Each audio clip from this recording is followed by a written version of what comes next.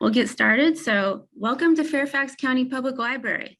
We're delighted to have you join us as we host Great Decisions. Great Decisions is America's largest discussion program on world affairs. The program meets to discuss the most critical global issues facing America today. Our topic this month is climate change, and our guest speaker is Professor Ronald B. Back as our moderator is retired Foreign Service Officer Mike Carpenter. Mike, was climate change an issue when you started your State Department career? My State Department career, you mean back in the Ice Age? No, not quite, but climate change then only meant that we were looking forward to a change of seasons. However, since then, there's been an Office of Global Change responsible for implementing and managing U.S. Policy climate change and representing us in negotiations that was established in the face of the phenomenon of climate change.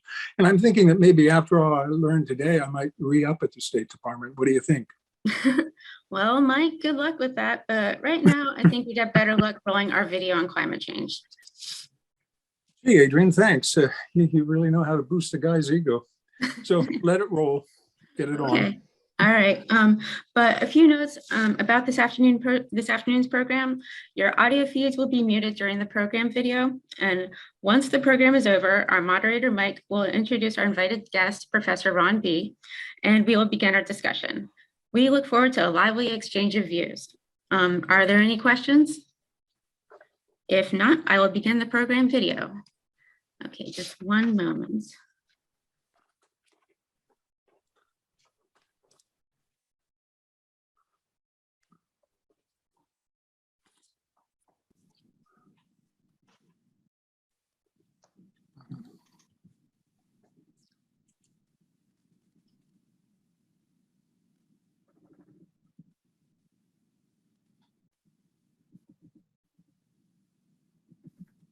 Welcome back, ladies and gentlemen, to Great Decisions 2022. The third topic in this masterclass is climate change.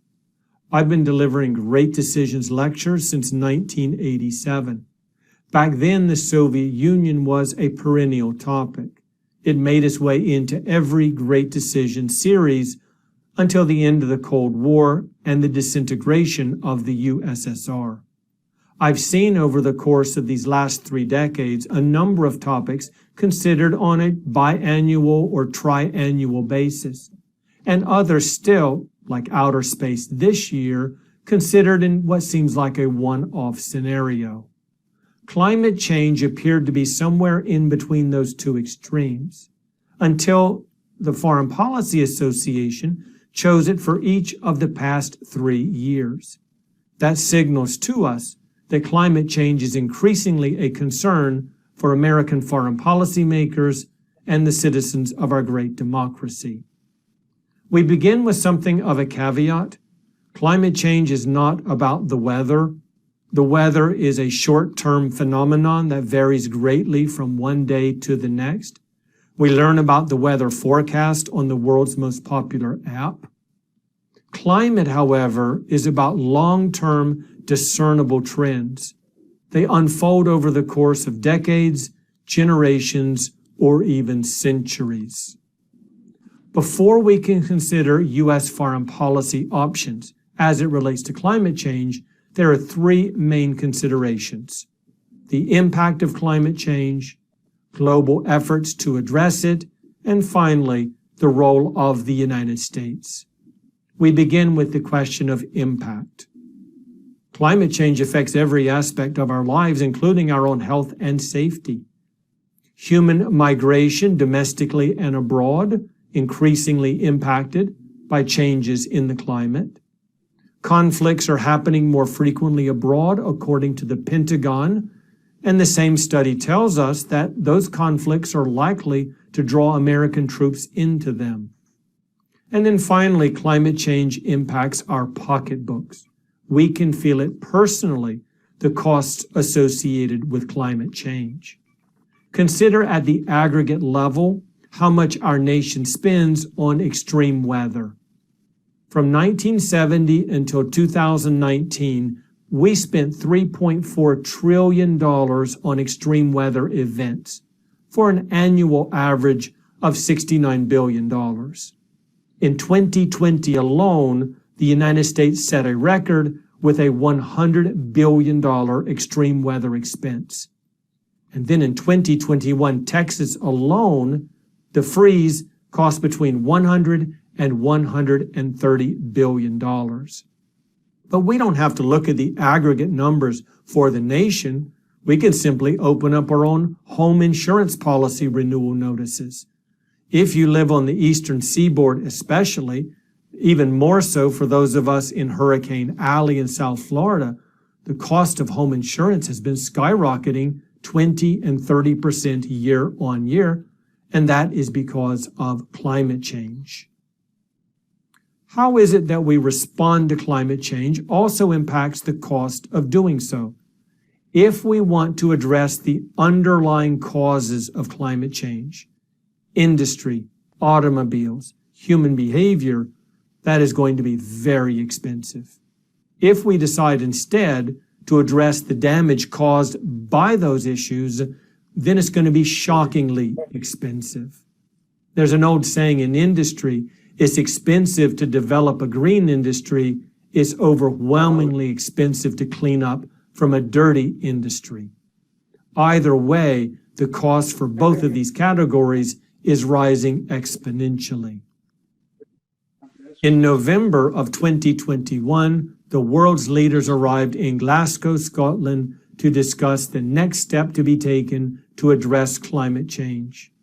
This is a continuation of the law-developing process that happened in Paris in 2015, in Kyoto in 1997, and Rio in 1992. A global effort by nation-states to organize, create rules to address a common problem. In order for this to happen, there are some underlying requirements for global organization and law. First of all, you need nation-states or countries that interact with one another in what is we refer to as a system. Those interactions at some point will cause problems. They could be problems of communication, problems of trade, war, diplomacy, almost any sort of world politics problem. And when those nations agree that by creating rules or laws and organizations, they're going to try to solve those problems. In order for this to be successful, there must be an underlying consensus and commitment by those nation states to pursue the same path, share the expenses, and do so until the problem is solved. Not all efforts at international law and organization succeed. Not all efforts at law and organization fail. It really depends on the level of consensus and the commitment, especially of the major powers. One underlying reason that there is not consensus on climate change is because the impact varies greatly. And it really depends on the question that we ask. In this global map, the question is, what is the likely impact on GDP or gross domestic product over the course of the rest of this century? And as you can see by the color code, Russia, Western Europe, and Canada, countries in blue, will have the greatest decline in GDP, while the countries in red, Oceania, Africa, South Asia, South America, will have the least impact on their overall economy. The United States and China are somewhere in between. So the impact is felt further north. But if you change the question and say, what is the greatest impact on stability, even survival of a nation state as a result of climate change trends, we very quickly point to the island nations in the Caribbean, in Southeast Asia, and in the Pacific. Beyond that, it's the countries largely in red that are least impacted economically, but they have the greatest impact on their state stability. And those people are going to be on the move.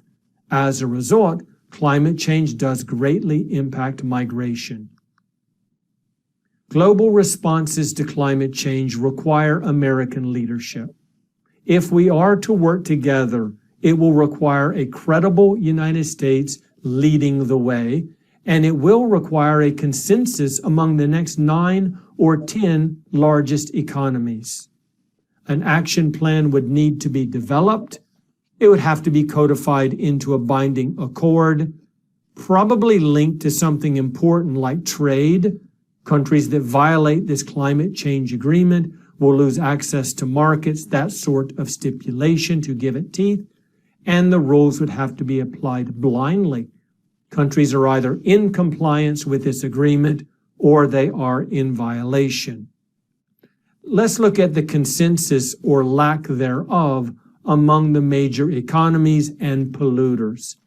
Here we have the big four: the United States, Russia, China, India. They are the geopolitical giants on some levels. They are the major polluters on others. We add to those the middling powers and the small powers, and very quickly we realize there is no consensus on the way forward. China and India point to the United States and Western Europe, claiming you started this problem, give us a chance to develop while you make sacrifices today. Russia looks at China, India, and the United States and says, we're waiting for you three to take the lead, and then we're happy to follow suit, when in reality, not one of them really wants to make the move towards a better climate economy. In the United States, we are particularly deeply divided over climate change, and that is why the United States has minimal credibility as President Biden walks into Glasgow. That conference is taking place about a week after this lecture is filmed.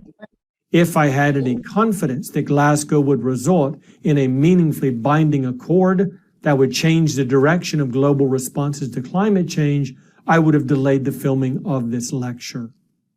U.S. leadership is not in the offing as well because we're deeply divided domestically. But if we were to take a lead, it would require something to happen on this graph. Here you see 3 levels of foreign policy challenges. Traditional high politics, those are military affairs like alliances, the onset of war, dealing with a major power like Russia, Japan, or China. Those are high politics issues. Our foreign policy leaders are thinking of them on a daily basis. On the highest level, existential, the sorts of challenges that fundamentally alter the trajectory of history, we have nuclear war, a global economic meltdown, or perhaps a global pandemic, the Spanish flu, or more recently, COVID-19.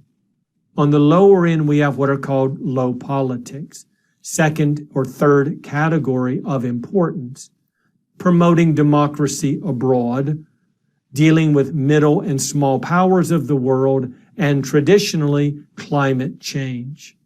For the U.S. to take a leadership position on global climate change initiatives, we would need to turn that category yellow and then green, considering it as important as a global pandemic, an economic meltdown, or even nuclear war among nations.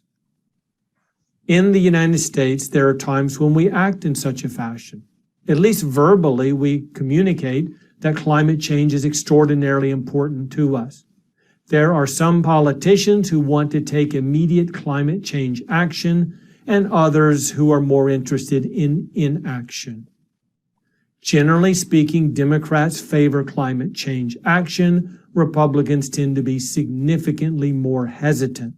And in the United States, the pendulum of power swings from one to the other, back and forth. Republicans in charge, Dems in charge, and back to Republican. It wasn't always this way, at least in terms of climate change discourse. Back in 2008, we had 2 candidates, Mr. Obama, who was deeply concerned with climate change, and Mr. McCain, the Republican, not quite on the same level of concern, but nonetheless argued that while he's not certain if climate change is the threat his opponent claims it is, why don't we assume so and take advantage of emerging green economies, market opportunities presented by the assumption that climate change is happening, it is linked to human behavior, and it will alter the trajectory of history. That was a very nice way for Mr. McCain to wade into the climate change waters. It was pretty meaningful debate in 2012. Mr. Obama, of course, up for re-election. Mitt Romney, the Republican challenger and candidate. Mitt Romney's a data guy. Very, very bright, believes in data, and he follows the numbers.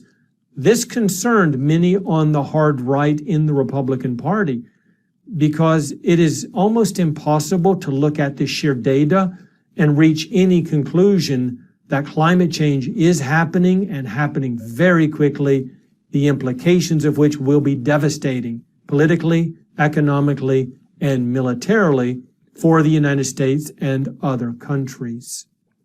By the time we get to 2016, any thin reed of consensus between the parties is completely gone. Mr. Trump rejected the idea that climate change was an authentic concern and claimed that he had never been a believer in global warming. If we look at our political spectrum from far left to far right, on one side we have a radical response to climate change that the U.S. government probably cannot pull off. On the other end of the spectrum, another radical group claims that climate change is a hoax. In between are more moderate, more thoughtful, and more capable politicians. And yet to date, when they talk about climate change, it really is mostly empty talk. Look no further than what has happened to the Biden Build Back Better agenda, the massive spending plan that suddenly decided to revise climate spending aspects because one senator from the great state of West Virginia objected to it. How quickly the Biden White House was willing to sacrifice the green climate policy parts of that agenda. Let's look at the American public. Generally speaking, we fall into one of three categories. Category one would be Americans who believe climate change is happening and is happening because of human behavior. Category number two agrees climate change is happening and it is happening because of human behavior. These two appear to be in accord, and together they make up over 3/4 of Americans. Where they disagree is that the first group believes major sacrifices are required to address climate change, while the second group says only minor sacrifices are acceptable. The third category is people who say climate changes. It always has, it will. We should not be overly excited about it. Humans are not the cause of climate change, therefore no major change of policy and no sacrifice is required. Whether this is the first lecture you've ever seen on climate change or the 100th, it's going to be likely the first lecture you've ever seen on climate change that does not give you graphs of rising temperature, rising sea levels, images of floods, of droughts, of hurricanes, of forest fires, all associated with climate change. And the reason for that is I don't think it's going to have much of an impact. Americans, for the most part, are locked in to one of these three categories.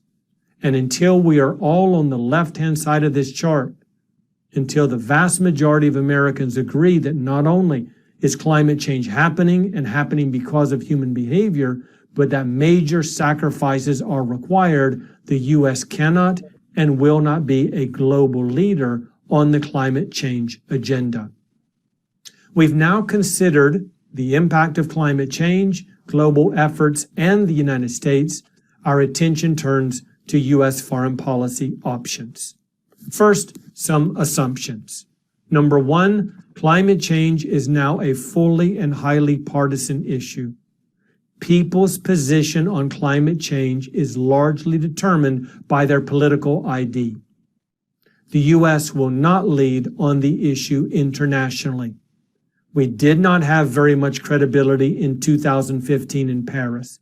In fact, it was embarrassing for our president to go looking through the halls and conference rooms in search of the Chinese leader to have a one-on-one meeting about climate change issues. Today, our credibility is even lower. President Biden is walking into Glasgow, a wounded first-year president. Thirdly, global efforts to resolve the climate change dilemma are doomed to fail.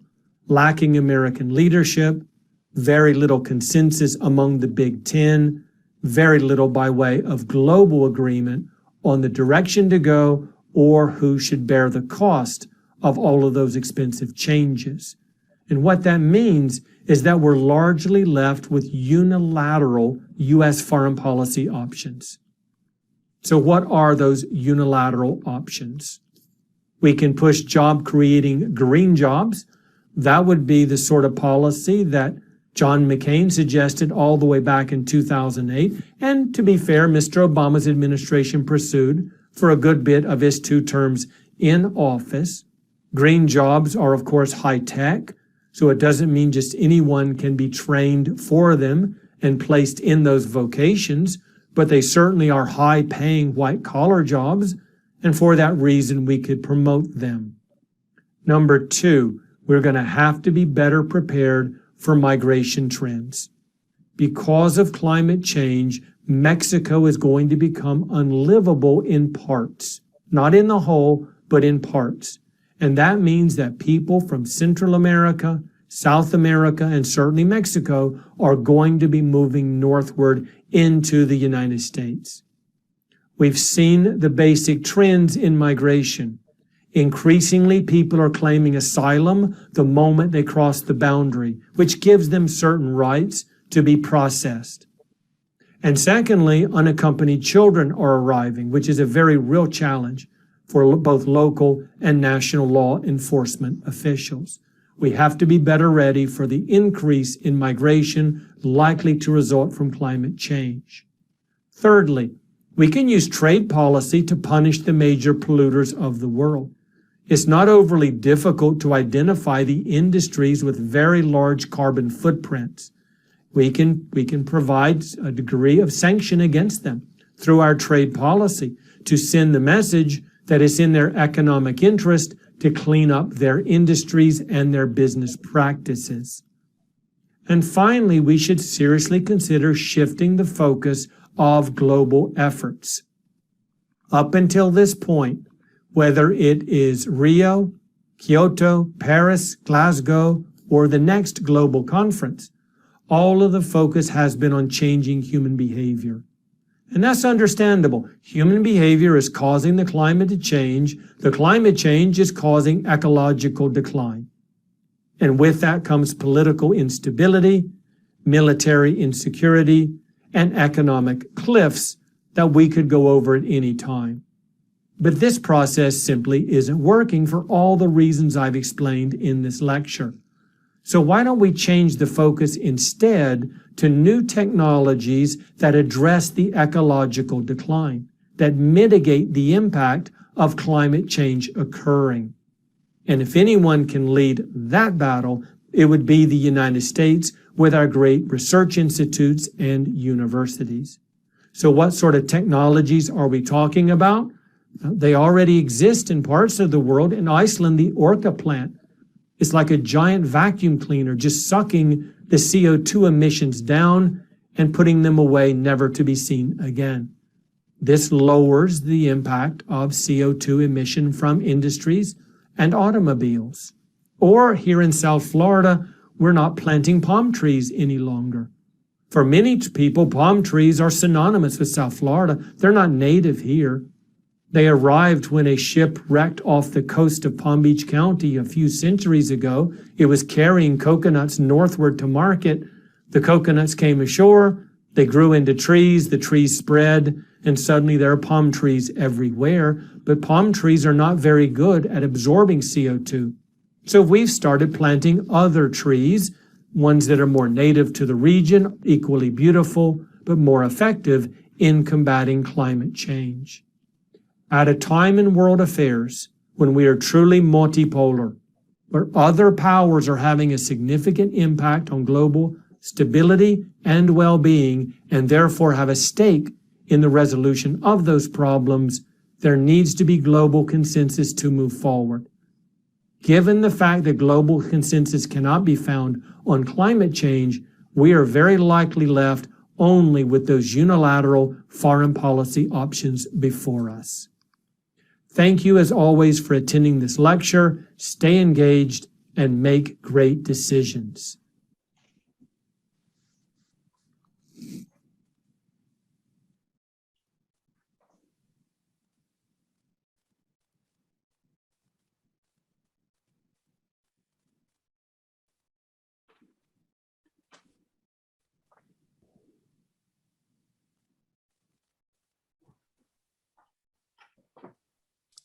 Well, thank you very much, Adrian, for rolling that video. Sure. It sort of took me by surprise. It isn't the normal format that we're used to seeing in the FPA videos, but nonetheless, I thought it was a very crisp and clear delineation of the subject we're going to be discussing today. And hello, everyone. It's my great pleasure as moderator to welcome today's guest speaker, Professor Ronald J. Bee. Professor Bee lectures in international relations, American foreign policy, and national security at the Oxford Study Abroad program in the United Kingdom, and has served as the co-director of the University of California's Revel program on climate science and policy. He has also taught these subjects, plus political science, conflict resolution, and globalization in 6 other universities and colleges. He worked 15 years in Washington, D.C., including posts at the Department of State and Defense and the Congressional Research Service. Professor Bee has extensive experience in European affairs, having lived and worked in 7 nations there, and speaks French, German, and Italian. He has led several organizations engaged in training professionals and students in leadership skills, conflict resolution, and international cooperation, and is the founding director of the Hansen Leadership Institute at the University of San Diego. Professor Bee is a professional commentator on radio and TV. He's the author of 7 books and the recipient of numerous awards, including the New York Times Notable Book of the Year Christopher Award for his work entitled Looking the Tiger in the Eye, Confronting the Nuclear Threat. Professor Bee, we're honored indeed that you've accepted our invitation, and we extend to you the very warmest of welcome. The floor, sir, is yours for your opening remarks. Well, thank you so much, Mike, and for the kind introduction, and also Adrian for her equally kind interactions and technical support. I think after a PowerPoint presentation, if you're not already asleep, I better start off with a story to frame our discussion today. A little girl was talking with her teacher about climate change, and the teacher espoused that this is the first anthropogenic or human-made climate change we've ever had. The little girl scratched her head and said, well, you know, the biblical flood was another.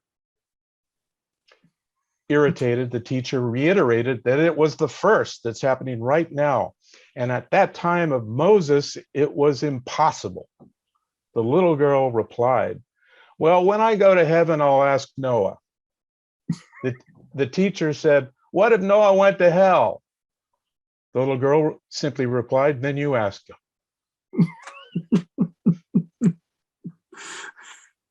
The idea here is that climate change has almost become a religion for those that believe it impends the doom of the planet versus those who see it as a hoax, and still others just one big shoulder shrug, right?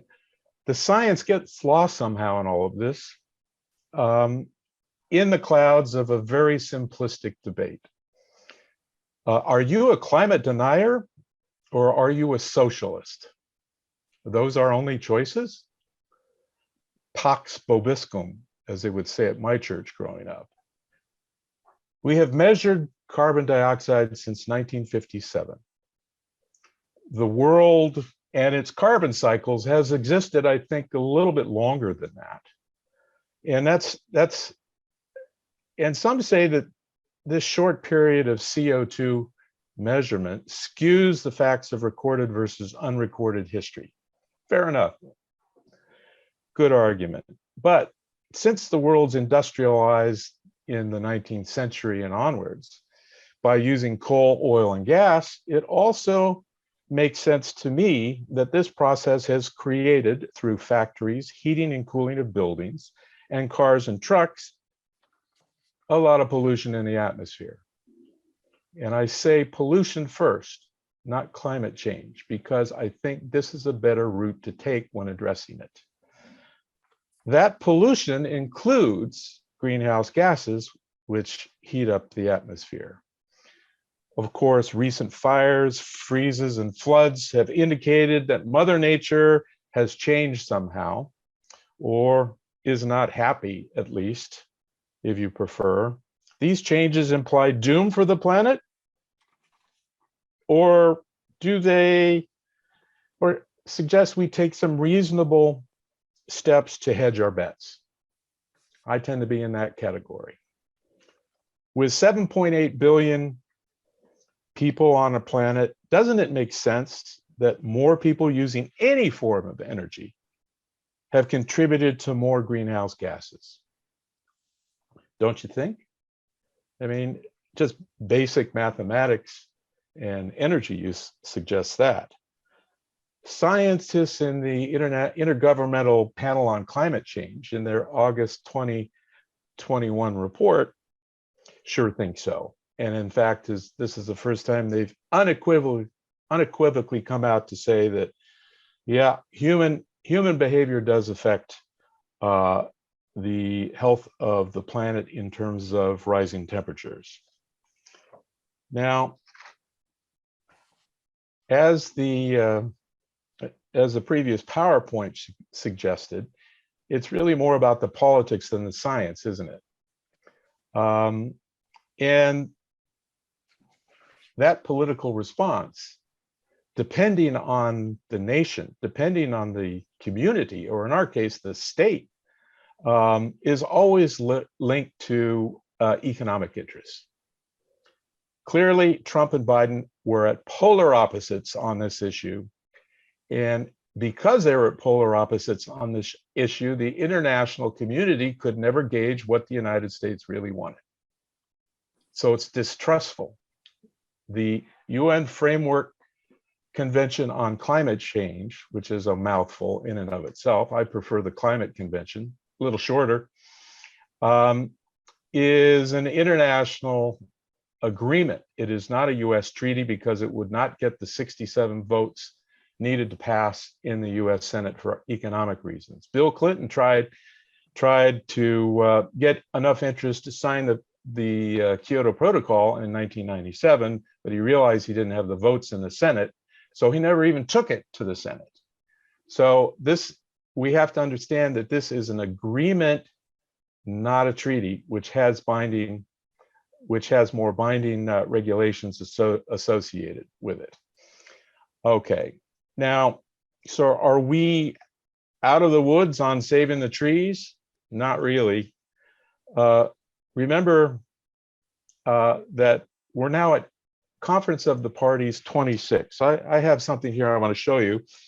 Here's my badge from COP4 rather, and another that was in 1998.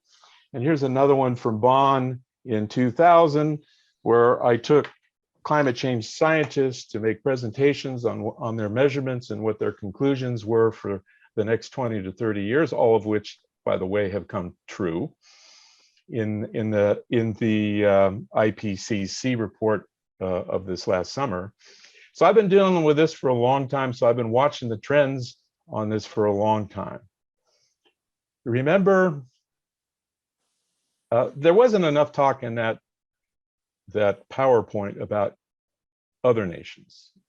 They glanced it, but for this to be something that is seriously taken off the table and into our electric cars, you have to talk about everybody else in the world, 200 nations, not to mention the nations that did not show up at COP26. Those included Brazil, whose trees in the Amazon are being decimated, speaking of the woods, Russia, one of the major contributors to methane, and China, which has the most greenhouse gas emissions in the world currently. So I don't know, when I grew up, I was told that, half the battle is showing up. Well, the other half is what you do when you get there. But if you don't show, this suggests to me that there are other priorities other than climate change on the international agenda. So until those come into an alignment behind others that other countries feel are more pressing, we're going to be doing COPs until another couple hundred years, and the question will be, when will the matter really truly be addressed? Talking is one thing, addressing the problem is another. Now, in the United States, there was something that was introduced as legislation called House Resolution 109, which in common parlance means the Green New Deal. I think it was a major mistake linking both climate and social goals together, because it's so complicated and there are so many opposing views, especially on social goals. You link that to a scientific fact, that's going to drag that down into the gutter and it's never going to get solved. So President Biden, by his early executive actions, has embraced the green portion of the Green New Deal as a direct threat to the national security of the United States. So he took that box from low politics and put it up in high politics, if you're following that chart that you just saw. Well, the other half of the New Deal aims to redistribute national wealth. And that's going to be a lot more politically divisive if you haven't noticed, especially in the wake of COVID-19. Public spending on vaccines, you're about ready to get 4 free kits. If you want to get 4 free kits, you go online and they'll send them. Everybody in my family's doing it. Let alone payout of unemployment and stimulus checks and the rebuilding of the American economy. Will Build Back Better started at 3.5 trillion. I think it's now down to 1.5 trillion. And that's still going to be very expensive. The cost of a Green New Deal, according to the American Action Forum, would be somewhere between, they can't even pin it down between these numbers, 53 and 92 trillion dollars. It's a lot of money. Where's that going to come from? Who's going to pay for that? Your kids and their kids. So with inflation on the rise, this also makes it difficult to set aside money for climate issues. Now, where to go from here? Well, let's look at what happened at COP26. In addressing that August 2021 report, that report, as I mentioned, unequivocally stated that the current climate crisis stems directly from human activities. It also stated that carbon dioxide levels in the atmosphere have reached their highest level in 2 million years. Thus far, 90% of the world's regions have been affected by drought, heat waves, and flooding. Of particular interest was a quote from Professor David Ray of the University of Edinburgh, who put it this way: it's clear that every extra ton of CO2 emitted today is pushing us into a minefield of effects tomorrow. Well,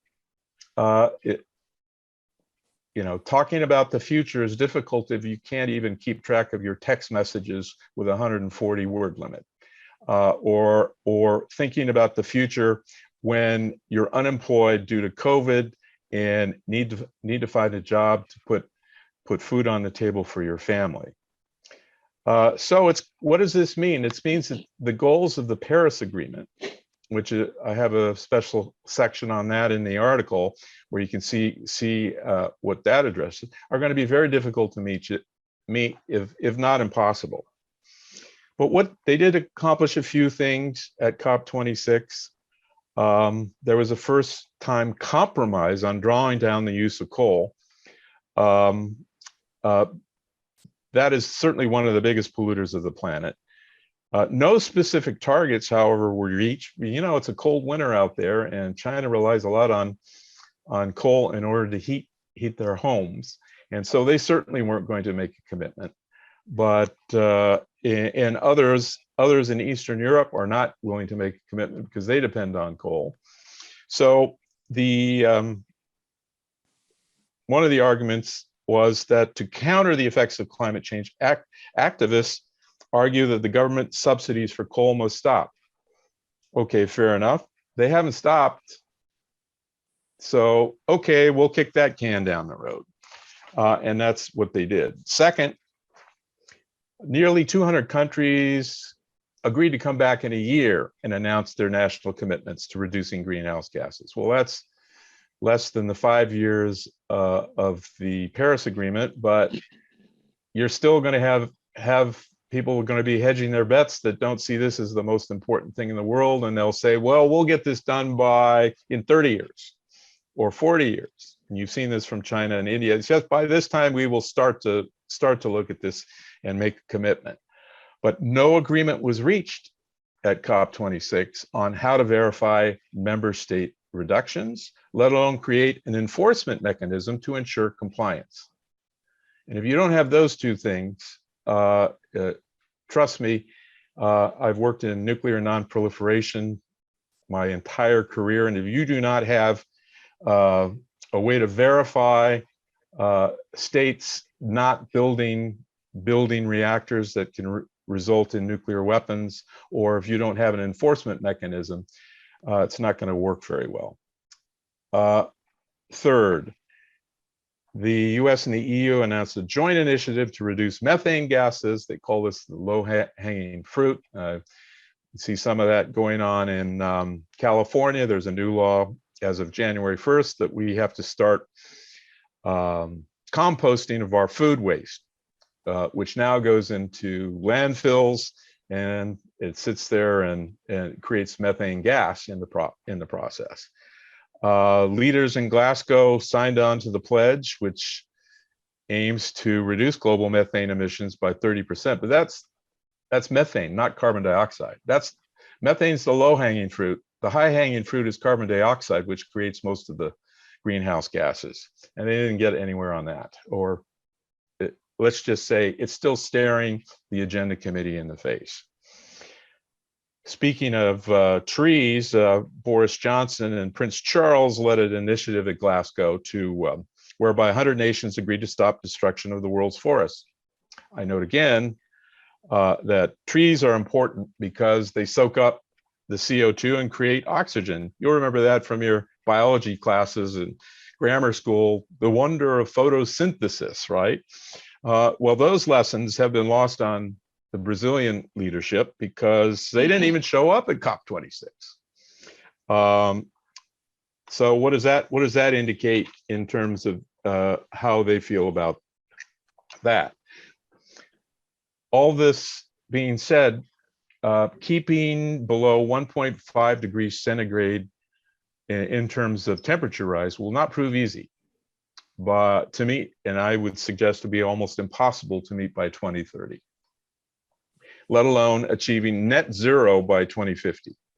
Because I've just not seen the cooperation on the ground in the COP meetings or between the 200 nations, especially the ones that matter, on getting this done. So there I agree with the presentation made by FPA that unilateral measures, I would call it, it's not unilateral. The United States and others in Europe are cooperating on climate change. So I would suggest there's more cooperation going on than was suggested.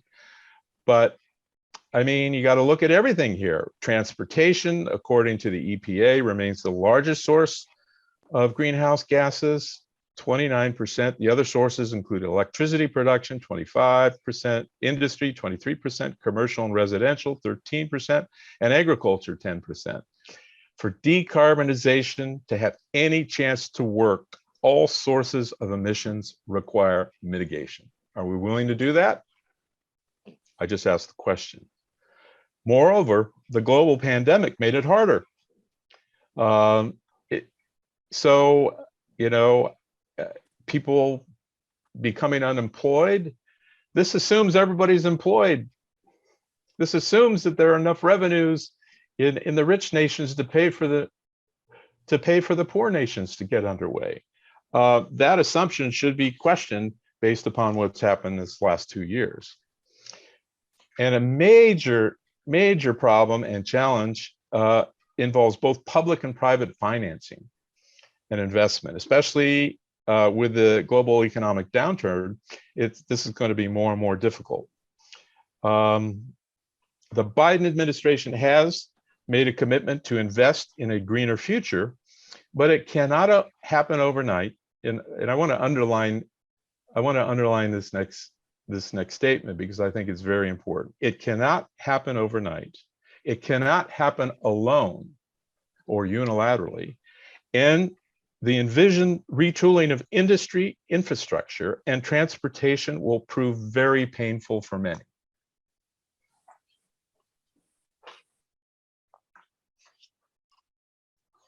So, in the article, I do go over some of the things that were also mentioned in the FPA PowerPoint, and I enumerate some of the technical approaches. I think he called them mitigating technologies that show promise for reducing GHGs. I'm just going to list them to remind you of them because I know you've read the article word by word, and so I don't need to repeat that. But wind and solar power are certainly one of those at the top of the list. But only 10% of today's global entire energy mix comes from wind and solar. So we got 90% to go, all right? This means that other technologies may have to come into play, namely improved lithium-ion batteries that can smooth out the daily variability of wind and solar, but they can only store so much and they can't store enough to make a difference yet. Hydrogen is promising, and it can be burned to generate heat or pass through a fuel cell to create electricity in a chemical conversion process. 3 car companies, Toyota, Honda, and Hyundai have each produced a hydrogen fuel vehicle. The process, however, currently costs double that of the primary method of making hydrogen. As production capacity and improved technologies develop, experts believe that the cost of electrolysis will go down by as much as 70%. We're not there yet.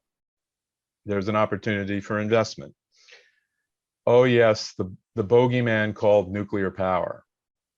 When everybody thinks of nuclear power, they think and the dangers associated with it. It's usually you see the accidents of the first or second generation nuclear power plants, disasters in Chernobyl, Fukushima, and in the United States, the near meltdown there in Harrisburg, Pennsylvania, 3 Mile Island. Well, yet one country, France, derives 75% of its national energy from nuclear power without any accidents. Is anybody looking at that model? I would suggest not too many, because it's become a political taboo to embrace nuclear energy. And even some climate change activists now, some of the major ones from the very beginning, are saying we're going to have to look at the 5th generation nuclear power plants as a safe way to produce energy without climate change effects. And that I go over in the article too. We also have small modular reactors. Some see that as the future. Bill Gates has invested several $100 million in his TerraPower company. And I think even if that doesn't work, he has the right idea and the right justification. And this is a key observation in my view. He said in his book, How to Avoid Climate Disaster, the only solution I could imagine was to make clean energy so cheap that every country would choose it over fossil fuels. It's not that cheap yet, okay?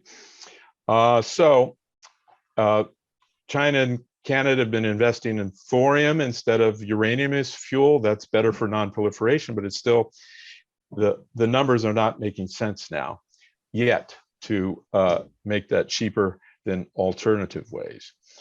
And another thing, a way to think about it, in my view, if there are safe ways to use radiation to treat cancer and crops, surely we can look at the French model to adopt energy policies that include improved nuclear power plants. Have they become too demonized?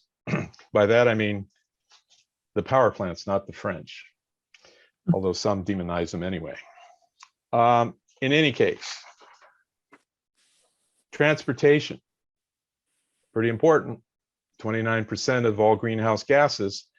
Elon Musk has a vision through his SpaceX, Tesla, and Tesla energy companies, where he hopes to reduce global warming through sustainable energy production and consumption.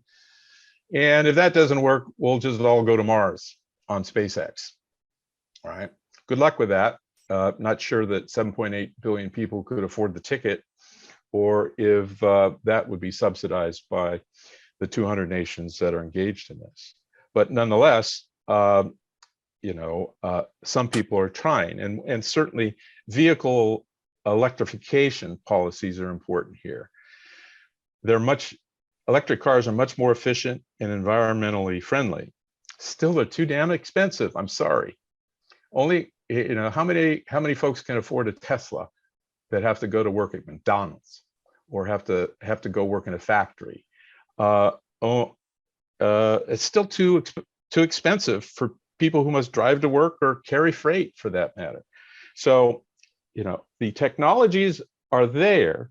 It's making it economically feasible to be applied. All right. We now have 45 states plus DC, who wants to become a state, to provide tax breaks and other incentives for buying hybrids or electric vehicles. There are federal incentives, and more will be coming through the Biden administration to install solar panels and drive electric cars. There are subsidies, rebates, and carbon taxes altogether, which encourage this for businesses and consumers. The issue is, can and will these measures collectively make enough of a difference to counter the negative effects of a climate change on a global level? We're responsible for 15% of greenhouse gases. Unless you have this sort of commitment worldwide, it ain't going to happen. I don't know any other way to say it. So I think I'm going to conclude my remarks by just pointing out a couple of things that I said in my conclusion in the article. That Albert Einstein once said, it's not enough that you should understand about applied science in order that your work may increase man's blessings. Concern for humankind, or man himself and his fate, must always be and form the chief interest of all technical endeavors.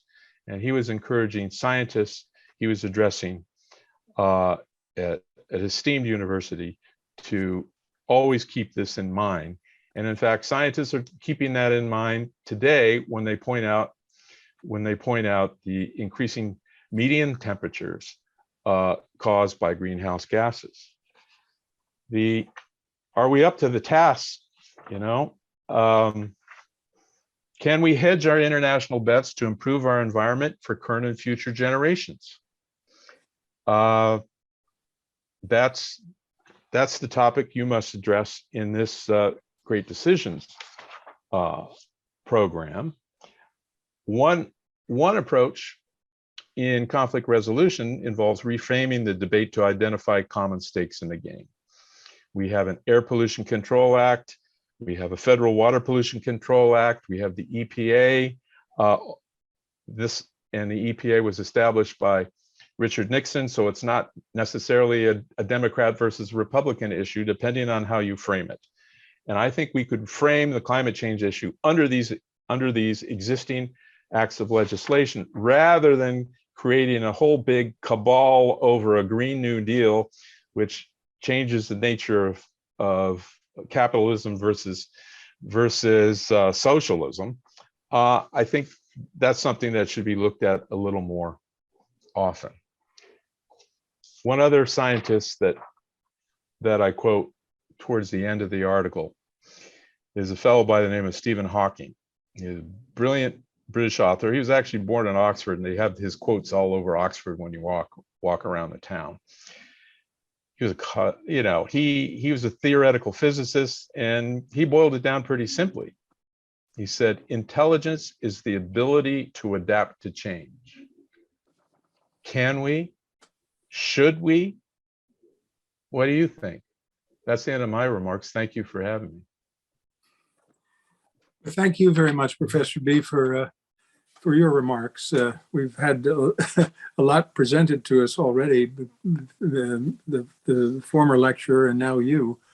I must say I come away with it almost quaking in my boots, thinking we're if we're ready, we're not doing a very good job of pursuing what we should be. Mm-hmm. But let me begin our discussion by asking the first question, if I may. Sure. Mainstream economists have advocated a carbon tax as the most efficient way to transition from carbon pollution. Secretaries of State Baker and Schultz also did a study on that and were quite definitive in their support of that approach. President Biden doesn't appear to be pushing for it. Why can't this win greater support? Why can't that be framed in such a way? You talk about framing things. Well, you may recall that Jimmy Carter also proposed a carbon tax and then decided not to go with it simply because there was, you mean you're going to put more taxes on my car for me to get to work? In California right now, they're considering something where you're going to get taxed 4 to 5 cents a mile you drive on top of the $5 gas I paid for yesterday for my car per gallon. $5, all right, and $1.44 of that is already climate change related. So if you have to drive for a living, you can't afford an electric car, and gas prices have gone up, and you want to add a carbon tax on top of that. I understand the theoretical value of it. It makes sense. There have been people who have argued this to me. This is the only way it's going to happen. Well, then are you going to carbon tax China and India? Good luck. So it's not just us. And so at certain point, consumers are going to say, why are we beating ourselves up when we're not the major cause of the problem? So that comes up in discussions. So I think the carbon tax is probably, that would be a great way to reduce people driving their cars, but at the same time, it's politically unfeasible for most because they still depend on cars to get anywhere for their living. Only 10% wind and solar. Okay, where's the rest of that come from? From the fossil fuel industry. All right, so I appreciate the intention. I just don't know, and it would vary by state to state on who would support it. But the carbon tax wouldn't be applied singly to motorists, would it? It would be across the board. It would also be levied on. It could be to the industry, yes, but where it's be felt most would be in transportation. Okay, oh, sorry. Go ahead. I was just going to say, we've got a question in the chat from Bill. Have environmentalists forecast if, more likely when, will our planet Earth become uninhabitable? Is there a timeline you can share with us? Well, various environmentalists thought that we would all be dead by the year 2000. And that was the 1970s prediction. That didn't turn out to be true. The environmentalists that proposed the Green New Deal say that we have to get this done by 2030, or else the planet will not be able to sustain itself, and there will be global doom. Others suggest that the Earth's systems are far more forgiving than what we give them credit for. And some climate scientists on that front include some at the Scripps Institution of Oceanography here in San Diego. So I find it unhelpful to claim the sky is falling to get anything done. I find it more helpful to redress problems with specific ways, specific investments, and specific programs, which can include a carbon tax if everybody agrees to it. Because if 77% of Americans believe that climate change is happening and are willing to change their behavior, then maybe they will accept a carbon tax. I'll go with that. But the fact of the matter is, we're not the only part of the problem. And I keep banging this drum because the United States always thinks it's, number one in everything. Well, it's not even number one in greenhouse gas emissions. China is. It's overtaken a few years ago. So I wouldn't suggest gloom and doom is the best policy for moving forward. We're not number one, but we are 15%. And I believe both you and the other person that was speaking today indicated that the U.S. has to evince leadership. So Yes. if we did that, if we did a carbon tax, perhaps what happens if you had a carbon tax on gasoline burning fuels that's applied at the time of purchase, that you pay a tax then in order to buy that carbon emitting vehicle? Right. Well, that's certainly been suggested. And I would have no problem with that if Americans voted that was necessary.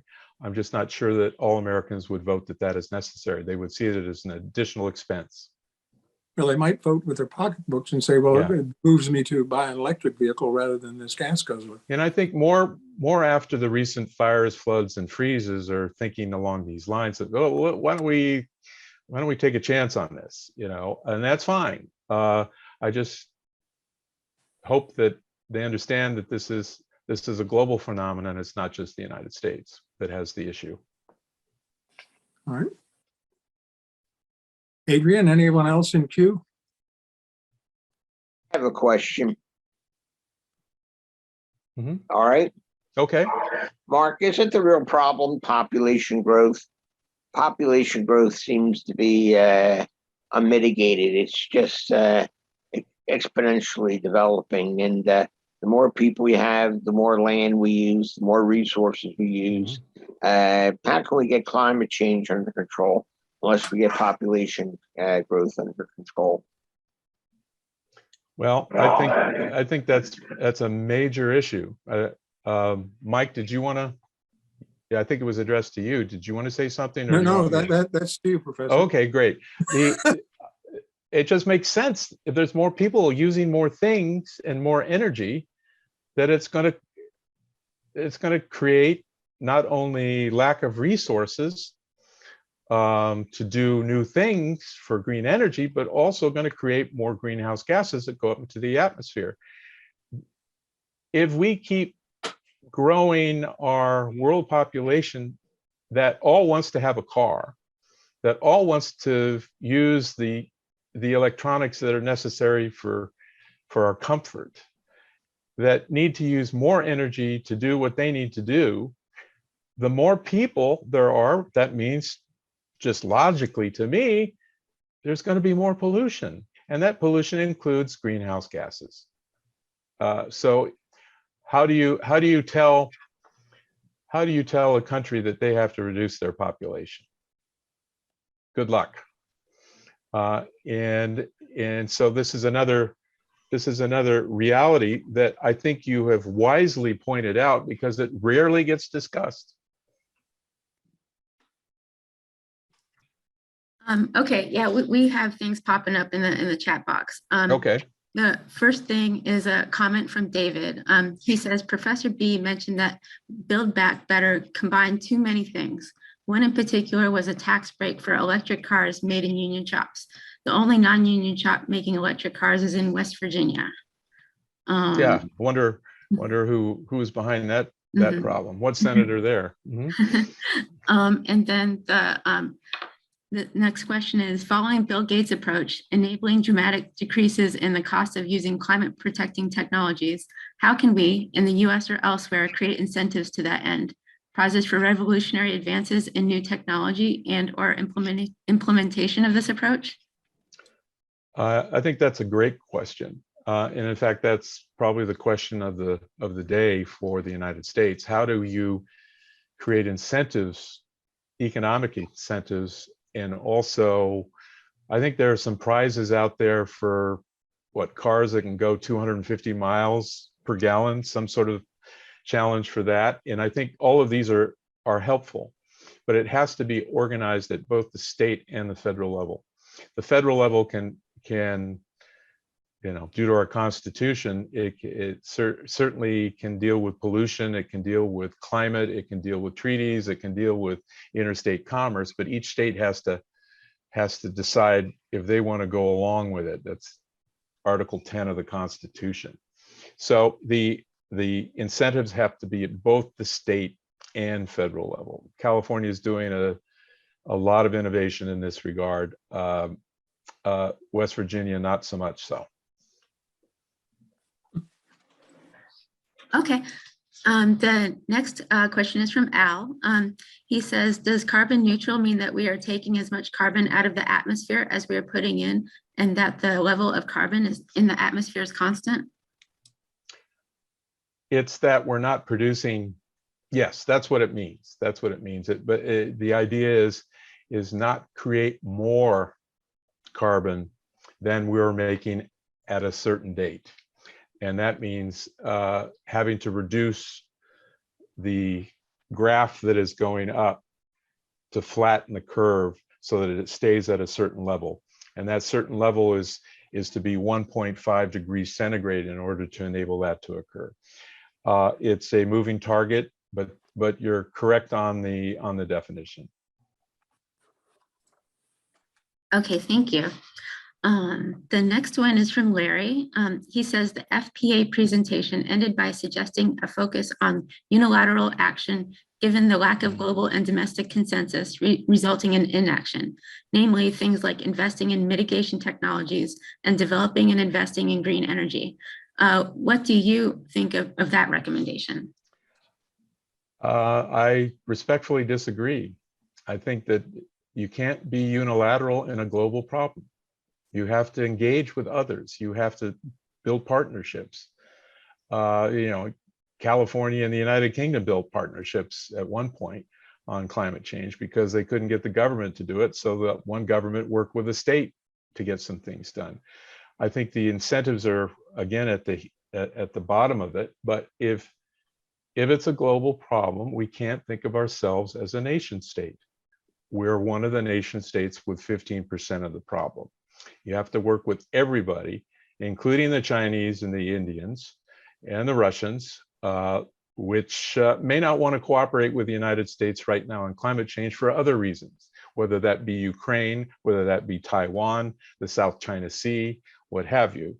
And so that also assumes that it's enough of a priority to invest the money needed to do it. I'll point out one thing that I read somewhere that, if you're Apple, you take 30 to 40% of your profits and you put it into the next best phone or iPad or iTunes or whatever.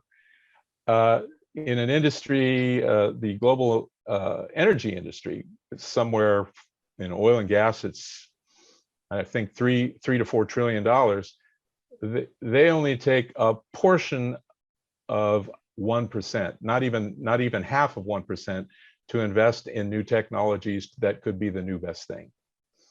I think that investment in innovation is essential and that it's going to have to come from the private sector because I think our public sector is quickly en route to financial disaster with all the money that it is spending.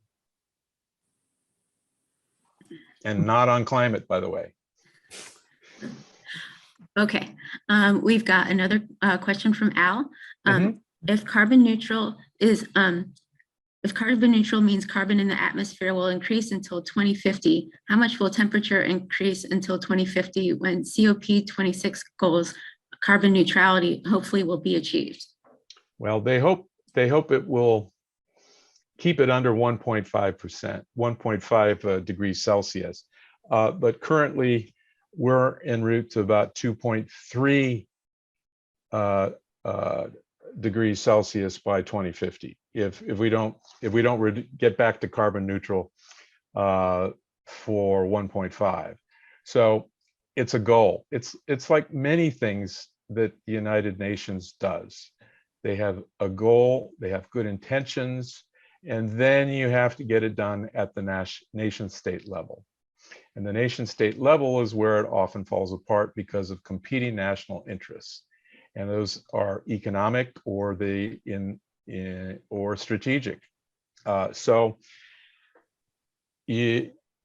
Right now, it does not look like we will be carbon neutral by 2050. In fact, it looks like we're going to be at somewhere between 2.3 and 2.5 degrees centigrade warmer.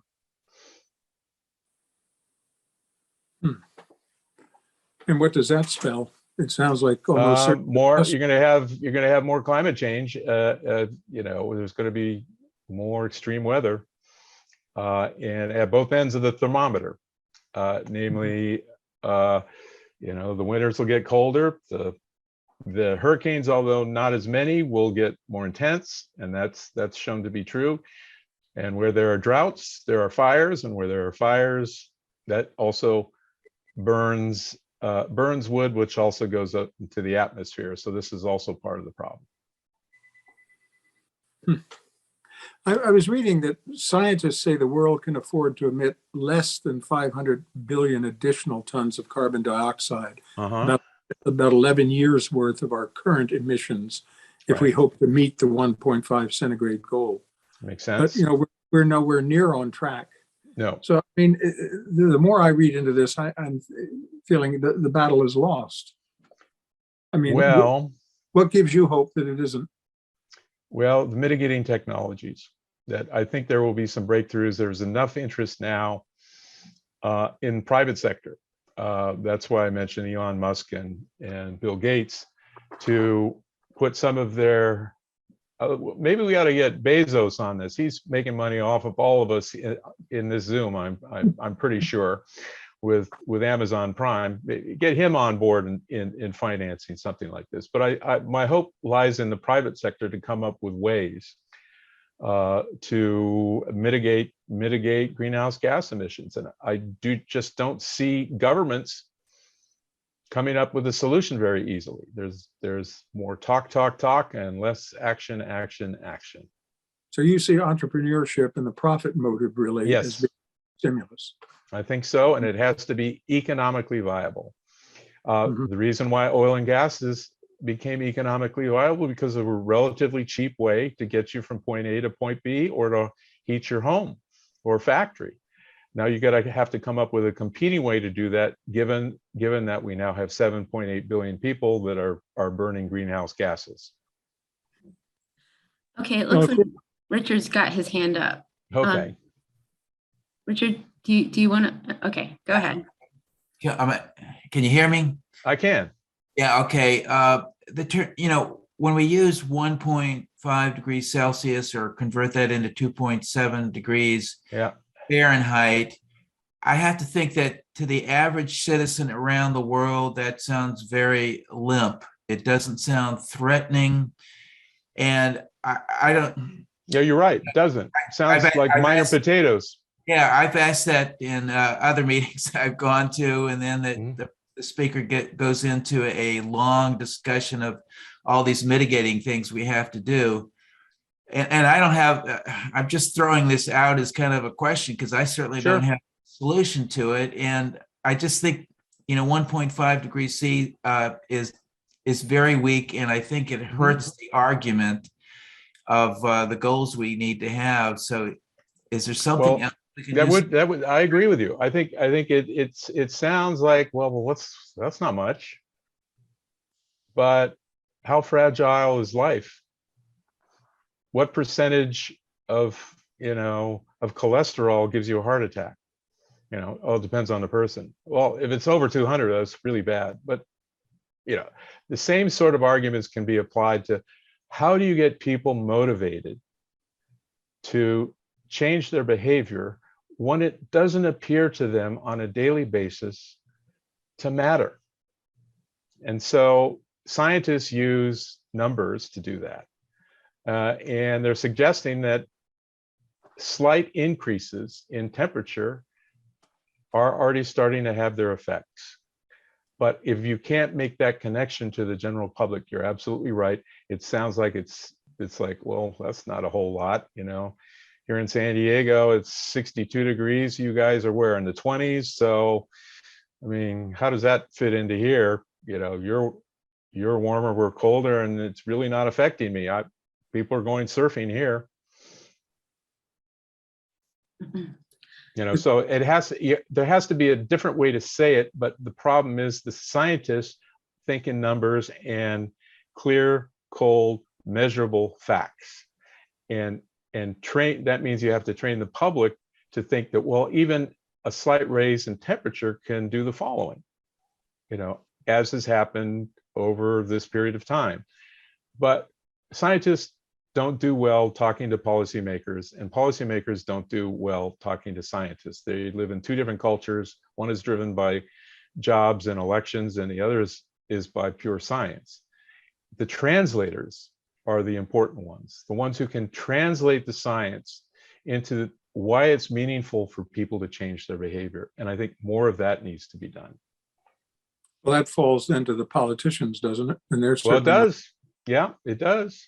And they seem to be shouting from the rooftops, but no one's listening, or at least a few of them are. Well, part of that's our country, because we don't trust politicians. It's like whatever they're doing, it's for their own personal good, and that's why we have one of the lowest voting populations on the planet. But in any case, those who are concerned about it need to impress upon their representatives that small degrees in temperature change really are important to their lives. Global temperature change, not local daily temperature change. And that's a difficult thing for people to grasp. Why? Because they live day to day. And if you can't see an immediate problem, then why try and fix it? Politicians have to take the lead on that. And they have been woefully bad at it. People do live day to day. I'm also struck by the fact that in their day-to-day lives, they sometimes go to see movies. And of course, we have the current film, Don't Look Up. It's right. I saw it. It's funny. Yeah. The falling comet substitutes for climate change. Yeah. I was looking back and preparing for today. There's been something like 60 films made about climate change, both dramatic and documentary. I think probably dating back to 1995 and Waterworld. Oh, even earlier. Or even earlier. And, in particularly the Al Gore's efforts. Inconvenient Truth. Yeah. David Attenborough, et cetera, et cetera. And these are very graphic. They're very captivating. And they bring it home very in stark contrast. Why don't these efforts for a media obsessed population, why don't these efforts have more of an impact to get people moving in the right direction? Well, it's just pure entertainment as far as they're concerned. Yeah, and people don't like the facts. They'd rather escape in video games.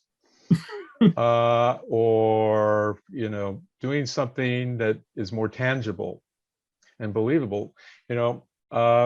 Remember all the films about nuclear war, global nuclear war, and this sort of thing, and made everybody build bomb shelters and the like. And we did get close to a nuclear war in '62, no question about it. But the groups that push for arms control today are using the same tactics as they did in the Cold War, is that the world's going to end if we don't get rid of nuclear weapons. I see a crossover effect with climate change, namely that the Bulletin of the Atomic Scientist is now pretty more articles on the world ending with climate change than on nuclear war because it's more fashionable. And so people don't want to go see a movie that is doom and gloom. Most people want to go see a movie to have fun and to escape from their daily problems, at least from my observation. Maybe some of us like to go see those movies, but not enough. How about that? Okay, Leave it we've got a question from Judy. She says, I vaguely remember that Ecuador offered to stop deforesting if other countries paid into a fund to offset the loss of income. Did we help financially? Did any other countries? Where are we with that? Yeah, we helped them. And I think there were a couple of countries that kicked in on that. But the Ecuador did some mitigating exercises to stop deforestation. The biggie, though, in the region is Brazil, and Brazil is still at the top of the list of deforestation. And until Brazil decides that it wants to stop it, Ecuador is a success story, but it needs to be replicated in other places that are willing to do the same. Okay, the next question is from John. He says, so how can we reframe the threats of climate change to encourage the public to take the risk seriously? Great question. The $64 million question. I think there are a number of ways, I would approach it from, let's just stop pollution. Stop pollution. And that means pollution can be, plastic water bottles. Pollution can be, food waste. Pollution can be, and frame it in terms of day-to-day activities that you can do to reduce the climate change danger by just changing your own behavior at the family level. Churches can help with this, civic groups can help with this, FBA can help with this. But if you're just going to say the world's going to end, people aren't going to watch it. If you can say you can help reduce pollution and increase the chances that your kids and their kids are going to have a much better life, that approach to me makes more sense on the human level, at the grassroots level, but not gloom and doom at the top. Okay, thank you.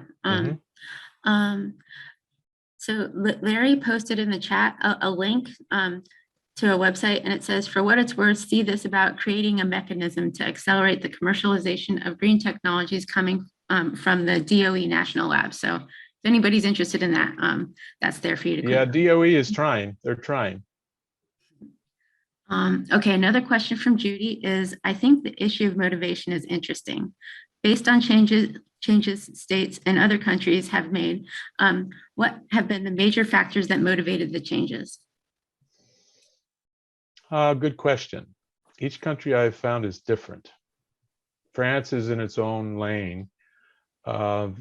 Because they want to be independent, they wanted an independent energy policy. And that was since Charles de Gaulle and even before Charles de Gaulle.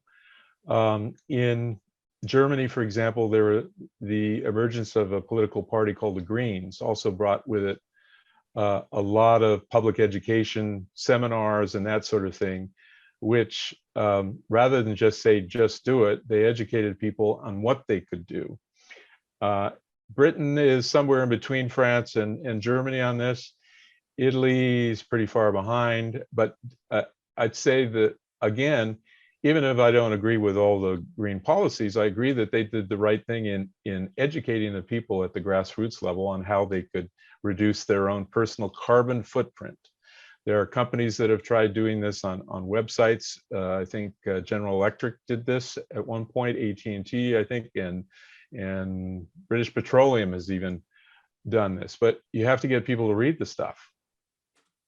I mean, maybe if we made a series of YouTube videos, nonpartisan YouTube videos on here's what you could do in the first month.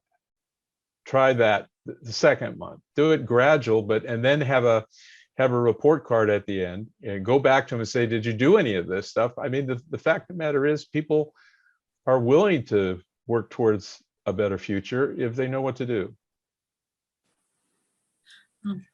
You mentioned France as the poster child for nuclear energy. Yeah, it And is. since Fukushima, Germany has gone entirely the different direction. No, it's not since Fukushima. Germany was that way in the 80s. Nuclear Nein Danke. I was there in the Berlin mayor's office, and they didn't want any after Chernobyl in particular, because there was radiation falling from the skies of Chernobyl into the sandboxes of Berlin, the children's sandbox. And at that point, they said, no more nuclear, we're done. Whereas the French go, okay, that's all right. You do that. Okay, Warren's got his hand up. Huh? Warren has got his hand up. Okay. Want to unmute yourself?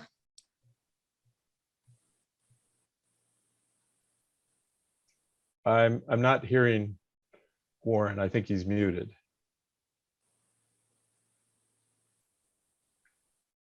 Well, There I go. How's that? Okay. Can you hear me now? Yes. yes. Sounds The like a question- commercial. Right.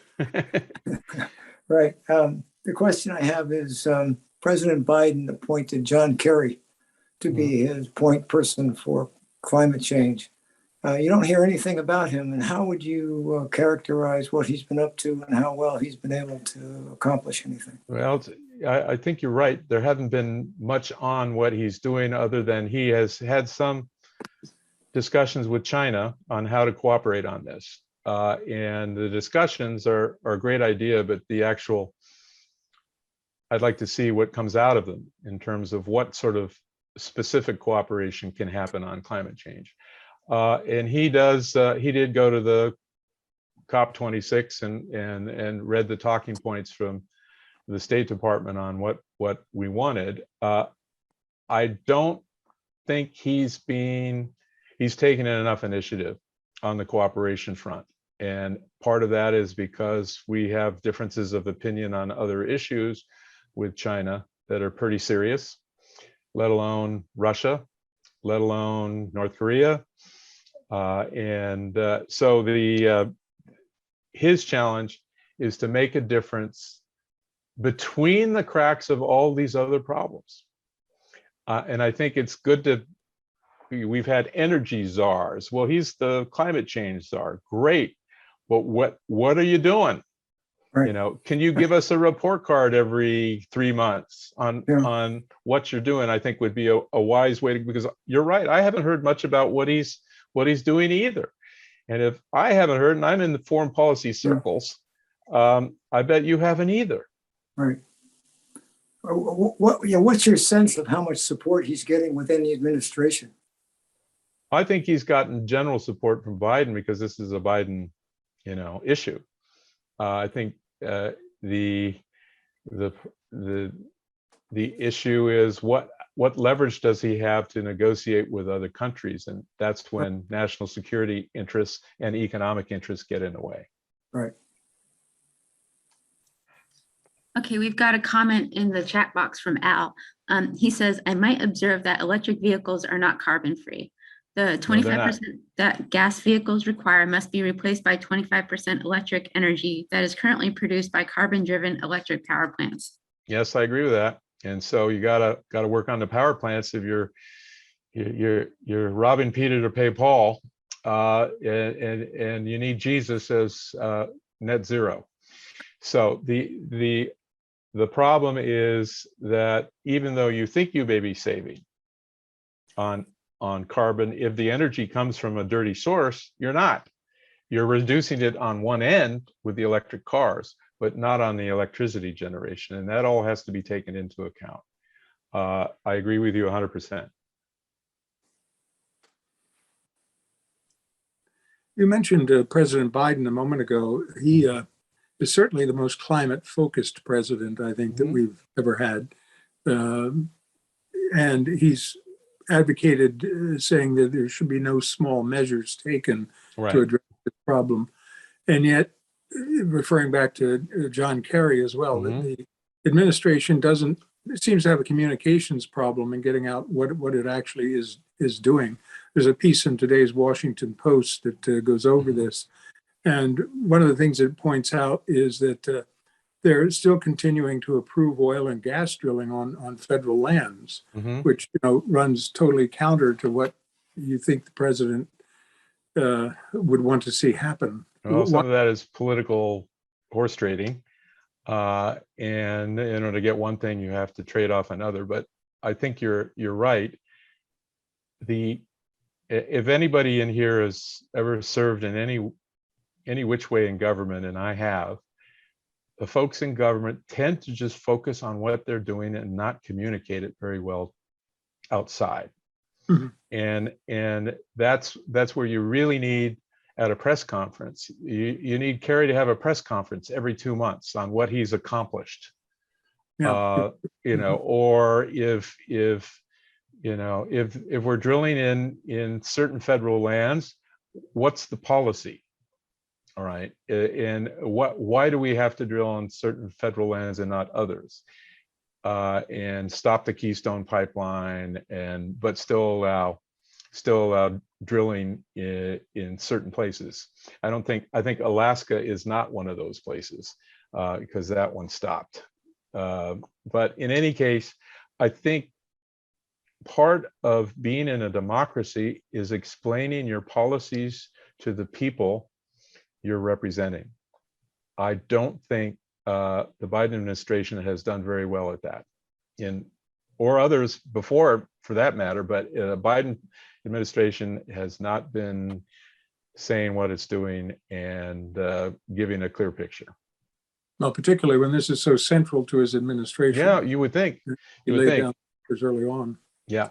Yeah. And that's probably, well, it carries over to Build Back Better, because 555 billion of that is supposedly going to. Yeah, and which is the most in American history for climate change. Talking about breaking up that package and doing it in tranches of things that are most favorable. And why not put out a small one pager? Here's what it's going to do. Here's where it's going. Here's what it's getting spent on. At the State Department, they used to call that a gist. I don't know if they still have those. GIST. Here's the gist of the issue. Yeah, right? I remember this. You remember those? Yes. And those were pretty helpful in terms of explaining, to folks what's going on. But you need that not just for foreign audiences, you need it for the American public. Indeed. Okay, we've got another question from Larry.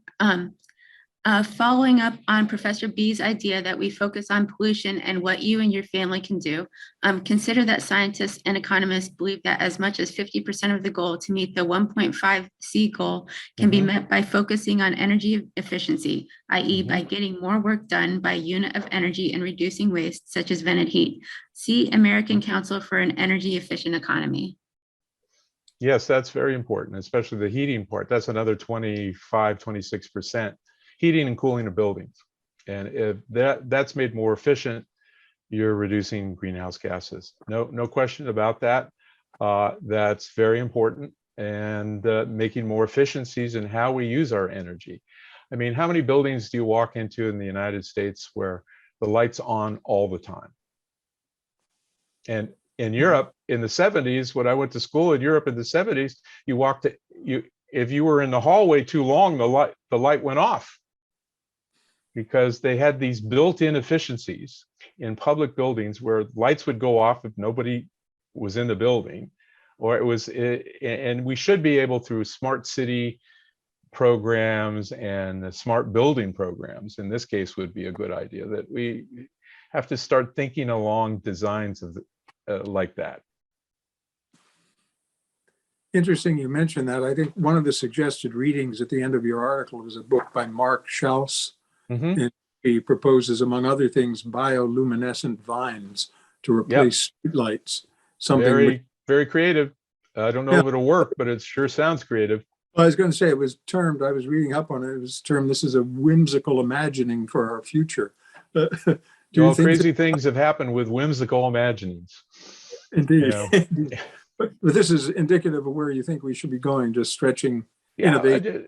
I mean, start having brainstorming sessions on what to do Mhm. and bring the top people into to do it. I mean, this is what you did during the Manhattan Project, which was a much Mhm. bigger immediate threat, namely a Nazi nuclear weapon.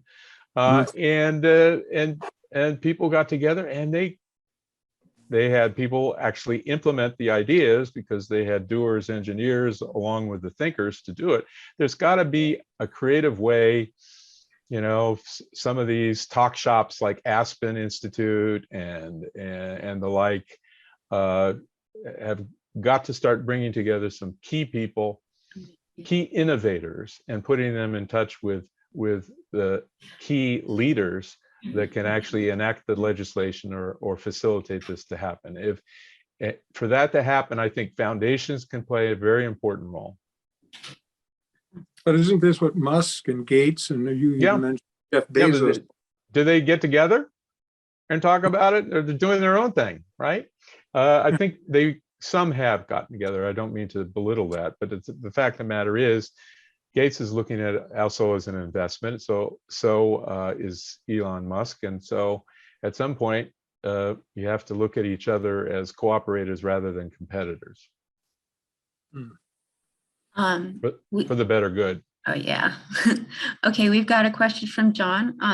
Our tax law gives relief to oil, gas, and coal producers for the depletion of the deposits. So we're subsidizing retention of greenhouse gas production. How do we stop doing that? Whom do we need to strong arm in Congress? That would have to be Congress, because Congress authorizes it, and part of that is the bringing money back to the state problem, right? If you're a state that produces oil and gas or coal, then you want government subsidies because that keeps your people employed, and high employment means high votes, right? So the issue has to become when the only place where you can stop subsidies is through legislation. And so that means you have to go through your elected representatives in the House and the Senate to get that done, realizing that there are certain states that want to keep these going because it helps their political future. That's my political science hat coming on. Judy just made the quick comment. Right now, there are many building restrooms that turn lights on when you enter and turn them off automatically when you leave. That's true. Well, that's true, but that's only recent phenomenon, isn't it? Should it be only when we go to the bathroom? I'd say it should go whatever we're doing, walking up the stairs, and if you're not in the room, the lights go out. I mean, a simple thing like that, you realize how much energy that would save. But you're right, bathrooms have more and more bathrooms have it. And if it takes us to go through the bathroom to get innovative, I'm all for it. Well, by the way, you mentioned Elon Musk's city on Mars that he's trying to, right. And I saw their cost estimates on that. It was somewhere between 100 billion and $10 trillion. I mean, that plus Bezos's space flights. I mean, these just strike me as incredible vanity projects that those energies could be applied better. Oh, you think? Well, you think?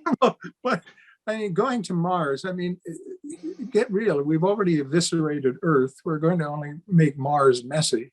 We can't get our act together here on terra firma, and yet we want to go off and build an alternate city on Mars to live in because Earth's becoming uninhabitable.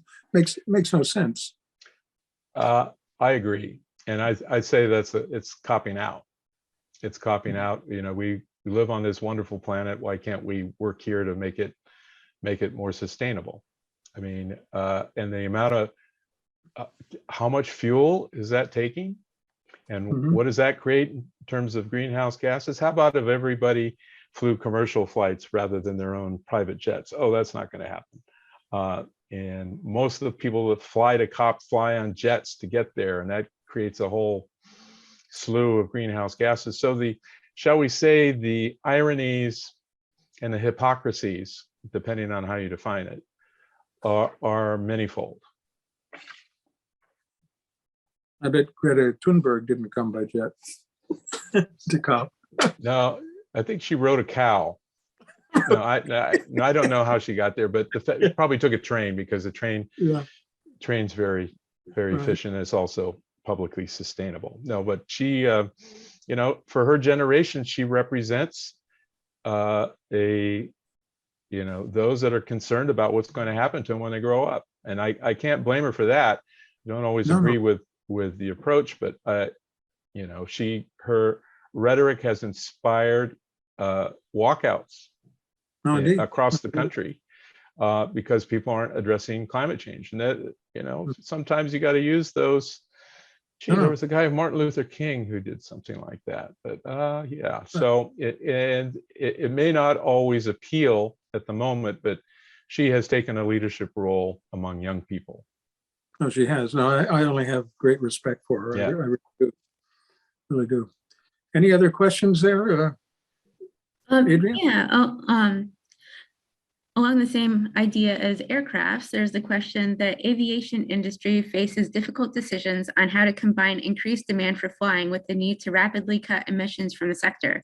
With battery-powered long-haul aircraft a distant prospect, the U.S. National Renewable Energy Laboratory is developing an alternative fuel using food waste, animal manure, and wastewater, which it plans to test with Southwest Airlines by 2023. Your thoughts? I say try everything. We had Willie Nelson even have biofuel there. Was it made out of French fries? Whatever works. If you can get a plane from San Francisco to New York on bioenergy, I'm all for it. I just want to make sure it doesn't crash.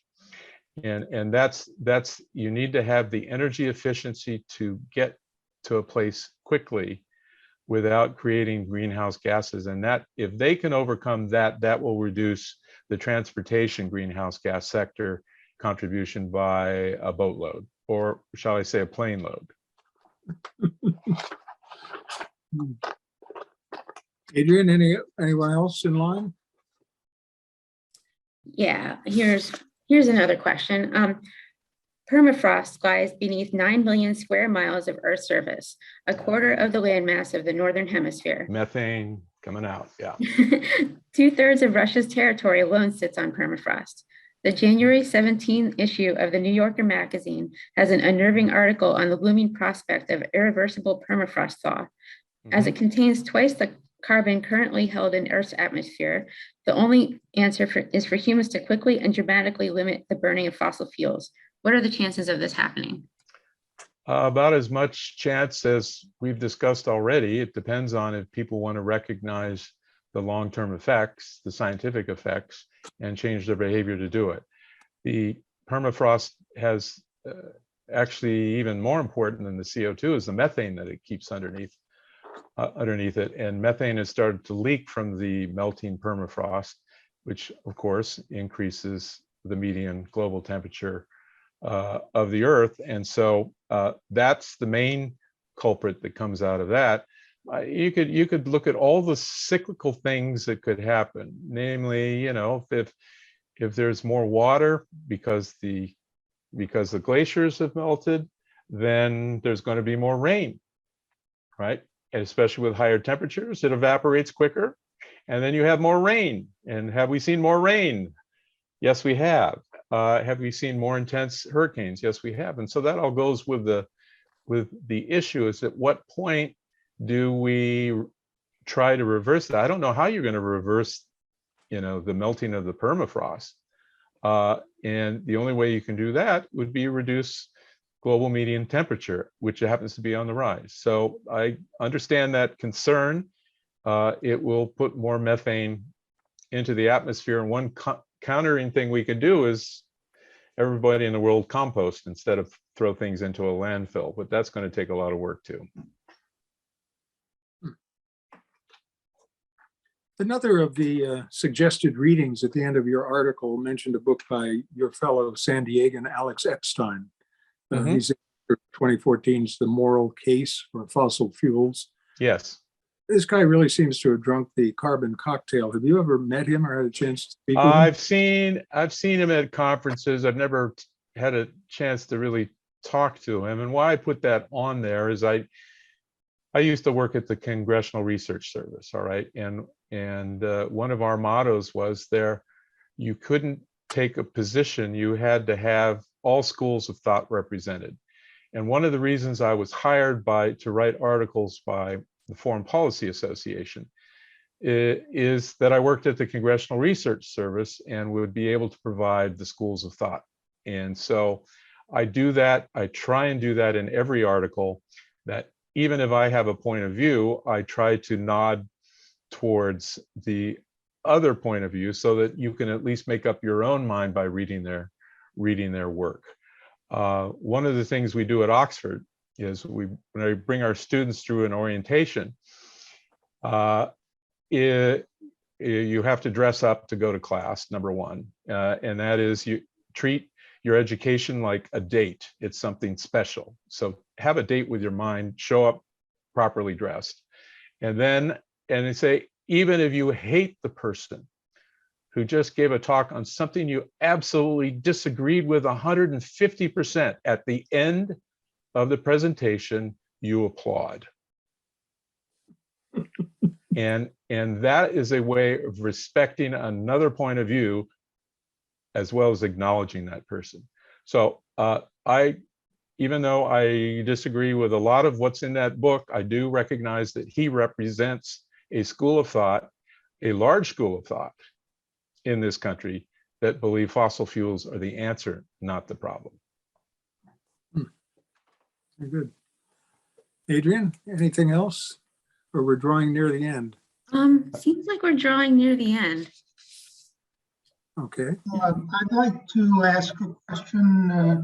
None of the discussion mentions the adaptation strategies, for example, discussed in Under a White Sky by Elizabeth Colbert, strategies which would buy time once we recognize that something really needs to be done. Yeah, I haven't read that one. She's, of course, written a lot on climate change, and I've recommended her books in past. And that one just came out. That one came out recently, I believe. Yeah. So I didn't have a chance to read it, to incorporate it into the article. But she's generally very solid on approaches, and I will take a look at that now that you mention it, because I do think we need to buy time. And buying time is a wise thing in this business. And the more time we can buy, the more time we have to come up with an innovation to reduce the danger. So thank you for raising that. I've been meaning to buy the book. Now I will.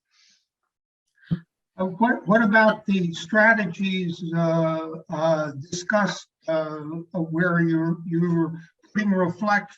For example, you have jets flying and putting particles in the upper atmosphere to reflect the energy as a way of reducing the temperature, holding down the temperature. Yeah, I was kept to 6,000 words. Yeah. So, and so I had to hit some highlights, but not mention all. And that's another one. There's plenty of wonderful research going on, and you're correct to point that out. I was writing this for a general audience that wanted to learn more and then could go elsewhere to learn more. But there are certainly many innovations that I did not mention for lack of space, and their books mentioned. There's another book I recommended in there that has a lot of those innovations too. But there are many innovations being tried, and they should all be tried. Let me say a word come back to your discussion of the carbon tax. Yeah. One of the advantages of the carbon tax is, first, it avoids silly policies like the 5 cents a mile tax under discussion in California. Secondly, it creates incentives to innovate. because you want to reduce the cost. Third, it's not just a tax on fuel. In fact, Yeah, it's concentrating on gasoline a range of things, yes. If you look at France and the Gilets jaunes, the yellow jacket demonstrations, were prompted by a gasoline tax. Right. The Bill Gates book talks about I hadn't thought about the cement industry as a major carbon source of Oh, yeah, it is. pollution. So something I just saw briefly on television, and I haven't been able to find out any reference to it, refers to a green dividend as a way where the carbon tax, instead of being plowed into the government budget, comes back as a payment to every citizen. So you're instead of just seeing the cost imposed on you by this tax, you get a check in the mail. This is your reward for not only being pro-environment. No, many states, for example, have CRV tax on bottles and cans so that you recycle them. And then you get money when you do that, and people have made money collecting bottles and cans. And so that does work. It does work.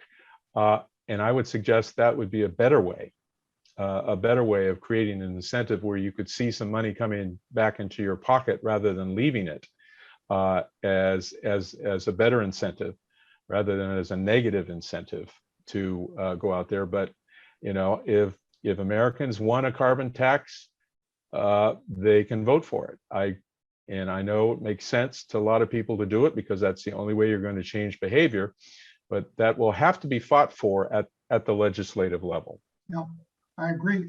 On the global level, this discussion I saw said that what you could do is tax products from countries that are polluters. So you have a tariff, basically you level the playing field so that products coming from Brazil or China or India that pollute because the countries haven't adopted a climate-friendly strategy get taxed in Europe and the United States. Yeah, I see that as possible. However, it would need to be uniform, namely uniformly accepted in international circles, because as we see, people get around sanctions, get around disincentives all the time because they can always find a market under the table. China buys oil from Iran, for example, yet we have all sorts of sanctions on Iran, but getting around it by selling its oil to China. And there are different workarounds for countries to get their stuff sold, even for more money on the black markets if they're shut down in the commercial markets. So I agree that's a good idea, but it would have to be universally accepted. Oh, Judy asked in the chat, what is the name of the book that Daniel mentioned? Daniel, what's the name of Elizabeth Kolbert's? Under a White Sky. Under a White Sky. Elizabeth Kolbert, Kolbert. Yeah. And it's available through our library. It's also available on Libby. Okay. Yeah. All right. Thank you. Probably get it at eBay or Amazon if you tell them to put a portion of it towards renewable energy. There you go. Great suggestion. Any other questions or inquiries up there, Adrian? That's all we have for now. Well, I think thank you for enduring me for this time period, and it's always a pleasure to speak with groups like yours that are so well informed and ask great questions. Well, Thank you so Professor. much, Professor B, and thank you, Mike. And thanks to everybody for joining us. The next session will be on February 18th, and the topic will soon be announced. So just keep an eye on our website, and also an invitation to come to the next session will be going out in the next couple of weeks. Thank you. Thank you all. Thank you. Bye-bye now.